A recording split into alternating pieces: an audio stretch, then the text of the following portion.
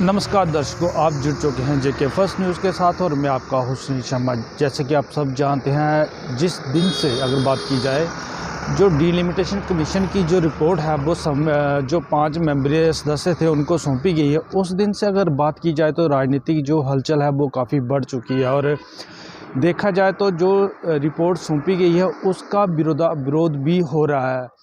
और चाहे कोई भी राजनीतिक दल हो, जहाँ अन्य लोग हों, तो अगर इसके ऊपर लोगों की क्या राय है, जहाँ राजनीतिक दलों की क्या राय है, आइए आपको सुनाते हैं इस पर उनका क्या कहना है। आइए सुनिए। इस तरीके से जो रिपोर्ट सामने आई है, जो अभी सबके सामने आई है, क्या कैसे देखते हैं आप इसको, और किस तरह से हर पार्टी ने इसको कहा कि ये कंट्रोवर्शियल रिपोर्ट है, अनएक्सेप्टेबल है, क्योंकि इसमें जो पैरामीटर्स हैं डिलिमिटेशन के खिलाफ पहले 2026 में होनी थी और पहले की उन्होंने जो पार्लियामेंट ने पास किया था।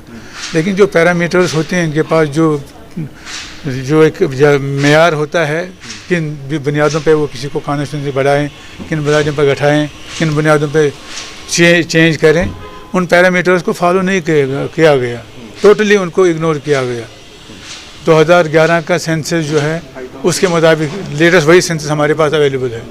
2020 का 21 का भी सेंसस नहीं हुआ है, तो उसको तो टोटली नज़रअंदाज किया गया और अपनी मनमानी, जैसे एक पार्टी का एजेंडा है, पार्टी ने अपना एक एजेंडा दिया है, उसके मुताबिक चल रहा है।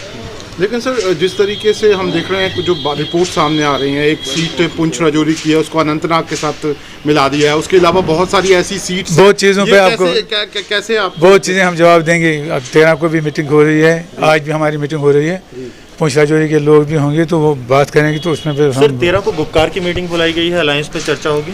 हाँ, उसमें वो बुलाई मीटिंग है डॉक्टर साहब ने। लेकिन आप लोग एरेंज कर रहे हैं कि जो 2011 का सेंसस था उसको बिल्कुल नजरअंदाज किया गया। बीजेपी कह रही है कि उसी के बेस पे हुआ है। कहाँ हुआ है?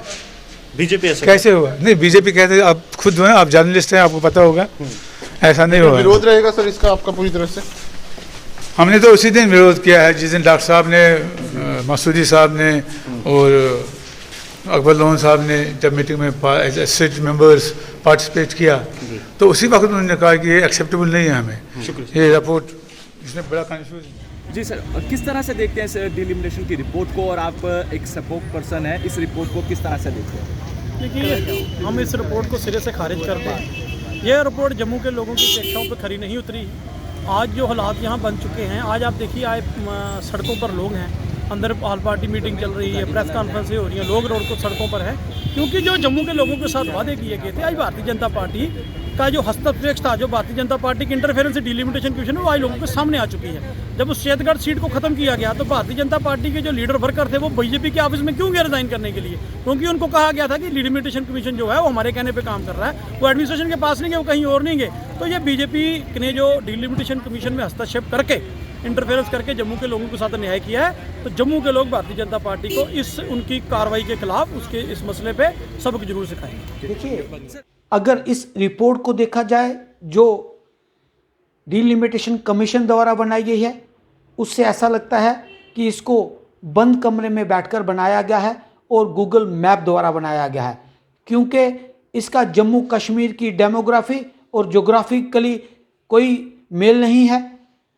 हमारी सरकार से अपील है कि इसमें थोड़ा और समय लगाकर इसको पब्लिक फ्रेंडली बनाना चाहिए, जिससे लोगों की सहमति हो। जैसे कि आपने सुना कि जो डिलिमिटेशन कमीशन की जो रिपोर्ट है उसको लेकर जो कुछ राजनीतिक दल हों या जो अन्य दल हों, उनमें काफ़ी रोष है और कहीं ना कहीं ये भी आरोप लगाए जा रहे हैं, कहीं ना कहीं जो भारतीय जनता पार्टी द्वारा जो वादे किए गए थे स्थानीय लोगों के साथ, वो कहीं ना कहीं विफल होते और पूरे होते नहीं दिख रहे हैं, जिसको लेकर कि उन्होंने अपनी नाराज़गी भी व्यक्त की। और जहाँ तक आरोप लगाए कि ये ऐसी रिपोर्ट है जो कि बंद कमरे के अंदर और गूगल मैप को देखकर बनाई गई है, जिसमें कि लोगों नाराज़गी दिखाई जा रही है।